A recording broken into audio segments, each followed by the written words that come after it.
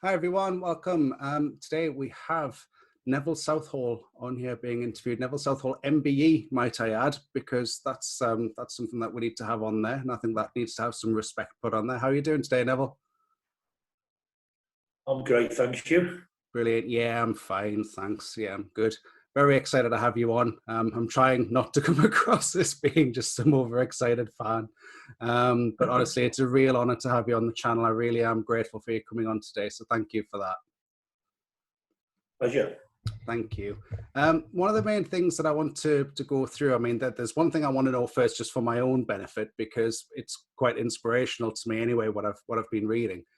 You started off your working life, so to speak, as more of a labourer. I believe you were a bin man at one point, and you then transitioned to playing football. How did that come about? Because it wasn't like the classic 4 or 5-year-old being trained through a club way, was it? No, I think I was always playing football. I don't know whether I transitioned into a footballer. I transitioned from an amateur professional. Well, basically, when I left school, I was unlucky, to be fair. I think I've always been lucky, because the year I was supposed to leave at 15, they changed the leaving age to 16. Oh, bugger. Right. So for the last year, nobody could be bothered. So all I did was go in every day, make sure I got my mark, and then I went to do games, or PE as they call it now. Yeah, yeah. And if it was rugby, I didn't bother. If it was football, I just joined in. If not, sometimes I just went home, watched the telly, came back in the afternoon. That was my year before I finished, and nobody bothered. Yeah. And then when I left school, I did. Was my first job was demolition. Wow. So that. Yeah, I don't know whether you know much about Llandudno, but Llandudno had gun sites on it from during the war. So the council then decided to do a scheme to get all the nuggets like me off the dole, and said, like, you can go and drill these, and we'll bring someone round to dynamite all the buildings for you, or you can knock them down with a JCB and cover them up with oil. So we did, but you know, it was good until we came to the blowing up bit, and then a fella came with 3 fingers on one hand, which was, not inspirational for any of us, to be fair. So yeah, and then obviously after that scheme finished, they sort of give us a proper job doing lampposts and a bit of paving, and then when that finished, I went on the bins for 6 weeks, which was again an eye opener. Because I don't mind getting up early in the morning, so I was up at 4:30, out doing what I had to do, and then I'd be finished by 10 in them days. Wow. So we'd done a 6-7 hour shift by then, and then I went to work with my uncle in the afternoon, and then I got a job hod carrying on the building site for a self-employed built brickies. So I did that for a good number of years, and I loved that. I loved it a bit. You know, it was hard work, but whatever we did, we got money for it. So yeah, it was a case of work hard, and I think it was really good training for when I got into football. Oh yeah, because well, you know what the banter's like on the building site, and you know, and it's hard work sometimes, and totally. you know, when you get into football, and they go, oh yeah, well look at the pitch, and you go, yeah, all right. The pitches I played in Wales were full of sheep shit.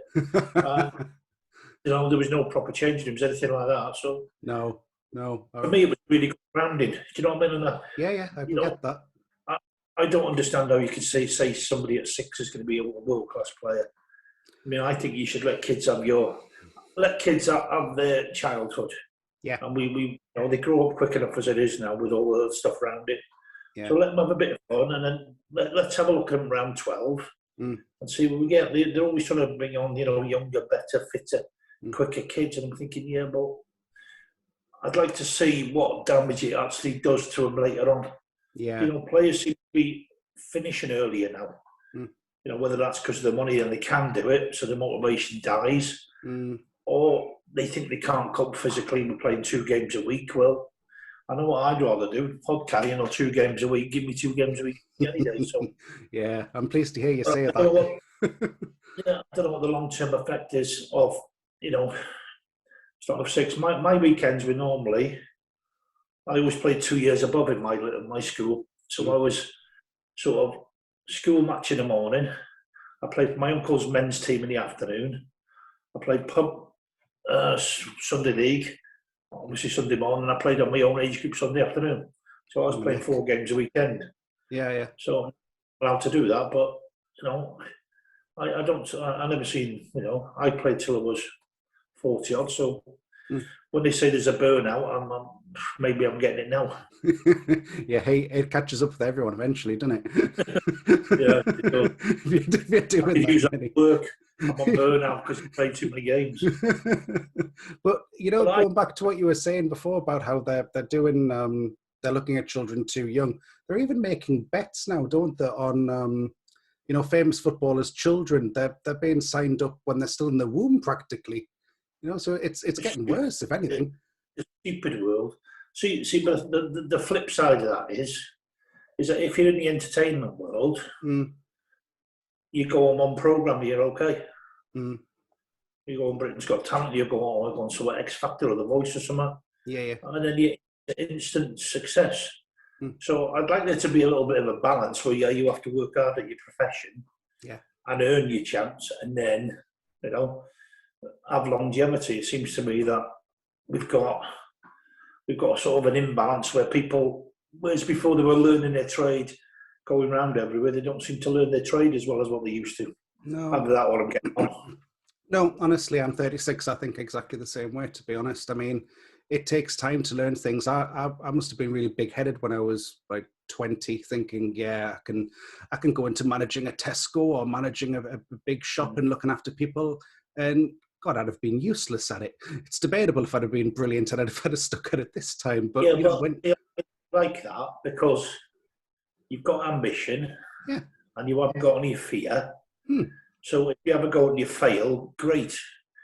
But what I don't like is we don't encourage the people to have a go in the first place. Exactly. Have a go. You've always got a choice. You can always go back and change or do something else. You're not stuck. I used that in my career, to be fair, because when I joined Bury Football Club, I thought, well, if I don't make it here, I'll go back on the buildings. Then I went from Bury to Everton. I thought at Everton, well, what's worse can happen? I can go back to Bury. So I made a step up because I can go to Bury. So it was always, I always had a safety net in my head. But sometimes failures are bigger than success. So I was rejected by loads of clubs, and I mean loads of clubs. And some of the trials I went to, I didn't even play in goal. They played me out. Wow. Yeah. Well, I went to Crewe once, and they played me in goal first half and out second half. So God knows why that was. How did that work? Did they chuck you up front for the second half then? Just try and get your head on it, or what? No, I played centre half. This is with shorter bodies. Come play the back. Okay.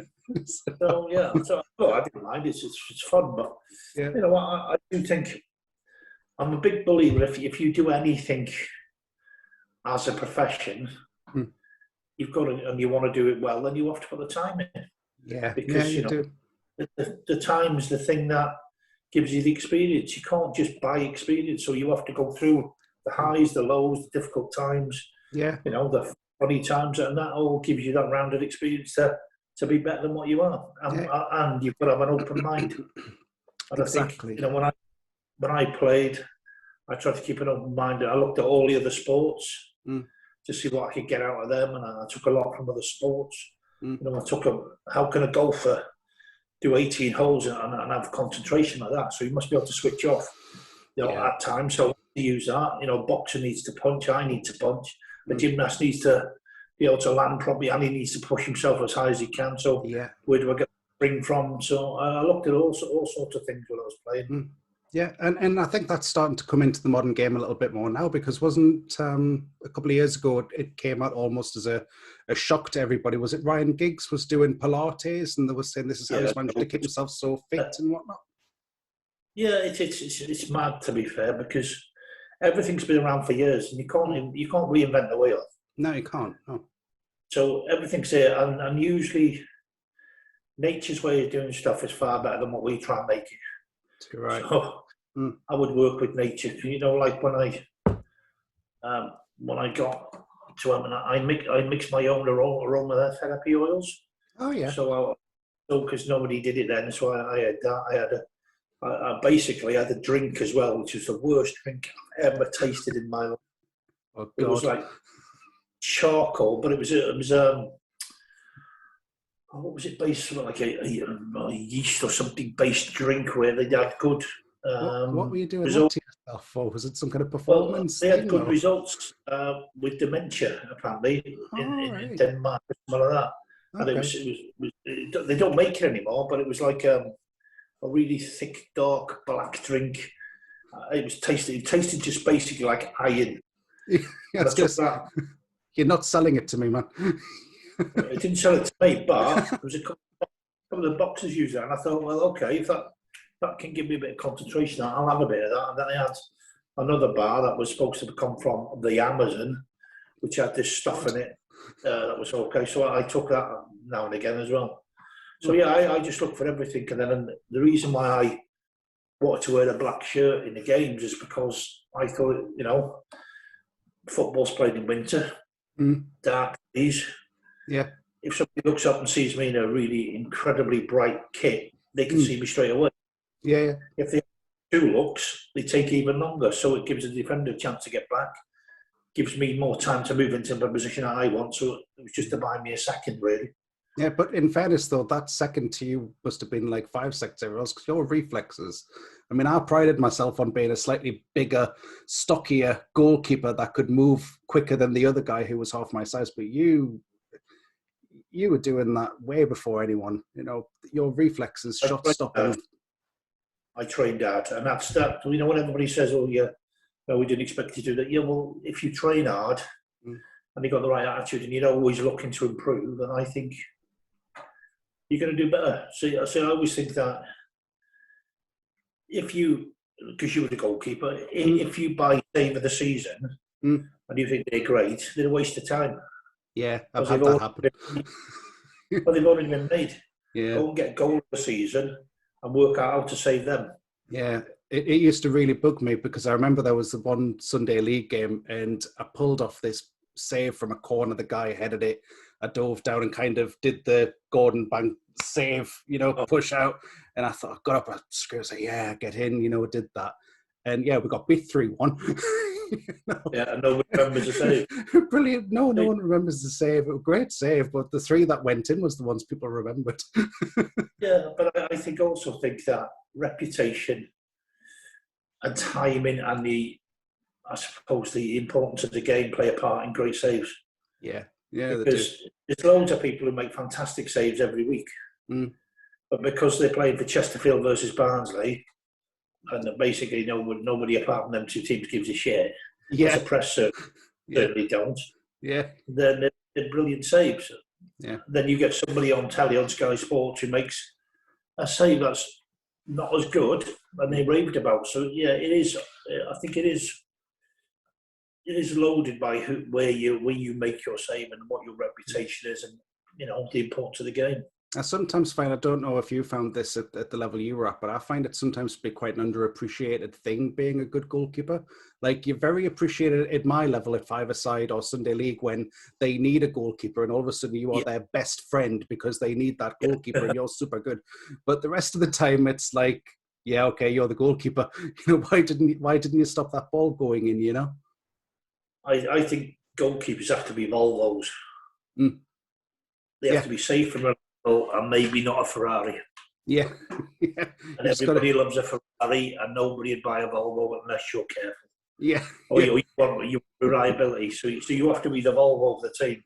The Ferraris and the Lamborghinis, they all play up front. Yeah. I get that. The flair and the show and whatnot. Yeah. So, the goalkeeper, you have to be reliable and keep doing the same things day in, day out. And that's all people want.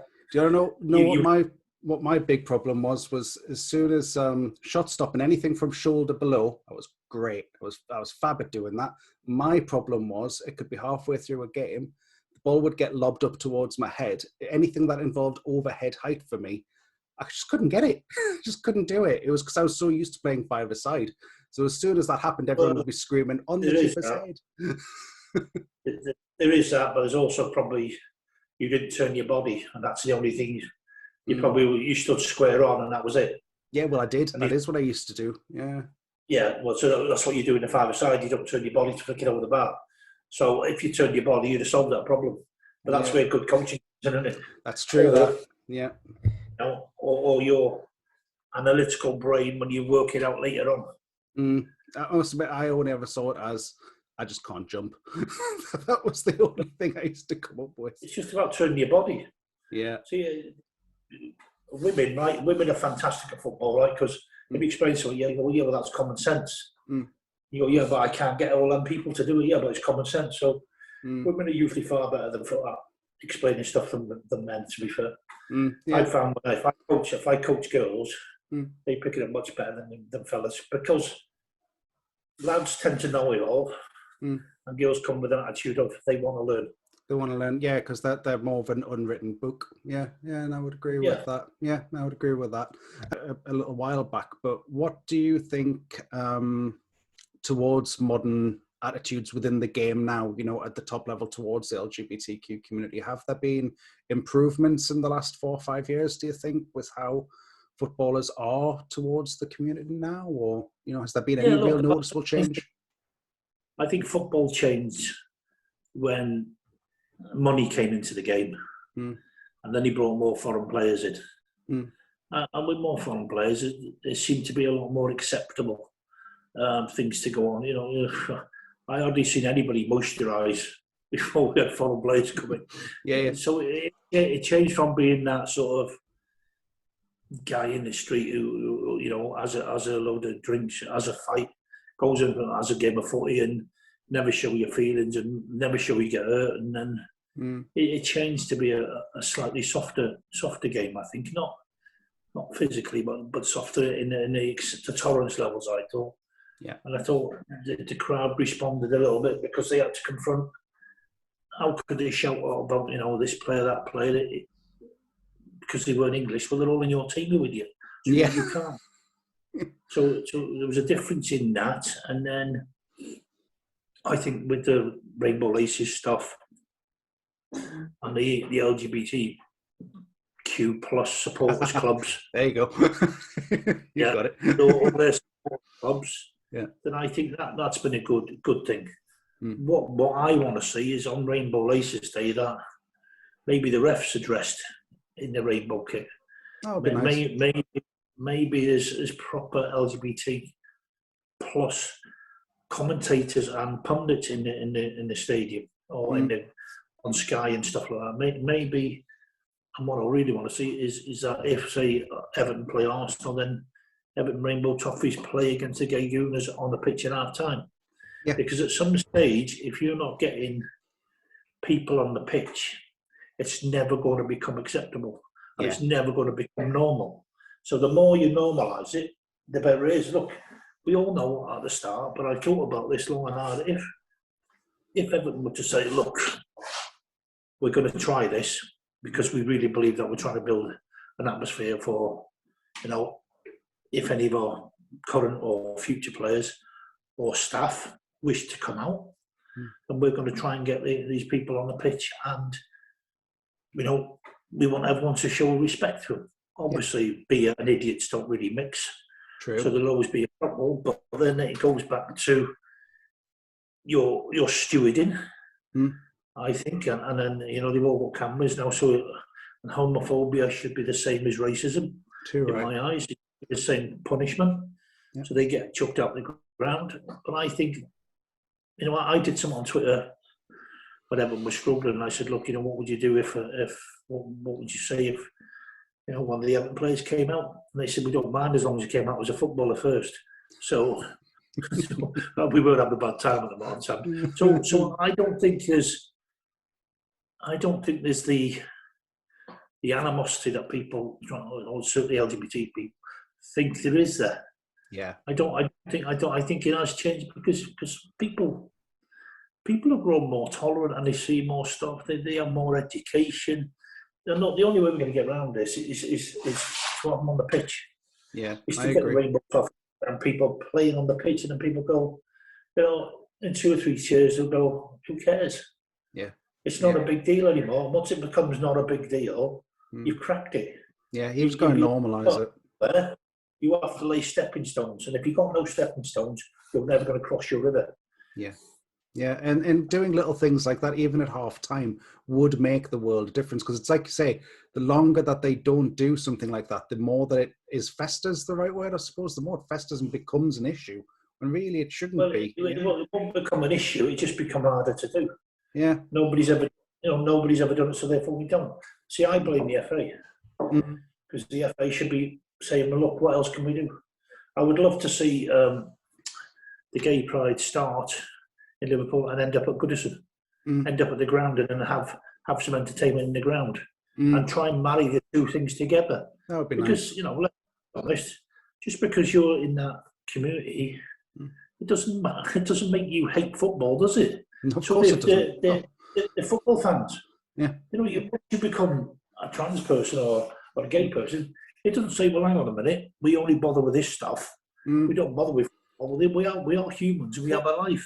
Well, believe it or not, that is one of the things that does get brought up a lot with trans people. I mean, myself especially, when I transitioned, people were shocked to find out that I still enjoyed playing FIFA on the PlayStation or wanting to support my team. They were like, oh, so you're still going to follow football then? It's not very girly. It was like, well, that's a horrible gender stereotype, and I'm still me. The person on the inside. I love football, Expect, I suppose, if you turn into a trans woman, you get a cookie recipe and an apron, do you? No. Well, you normally have to send away for it, but not everyone does.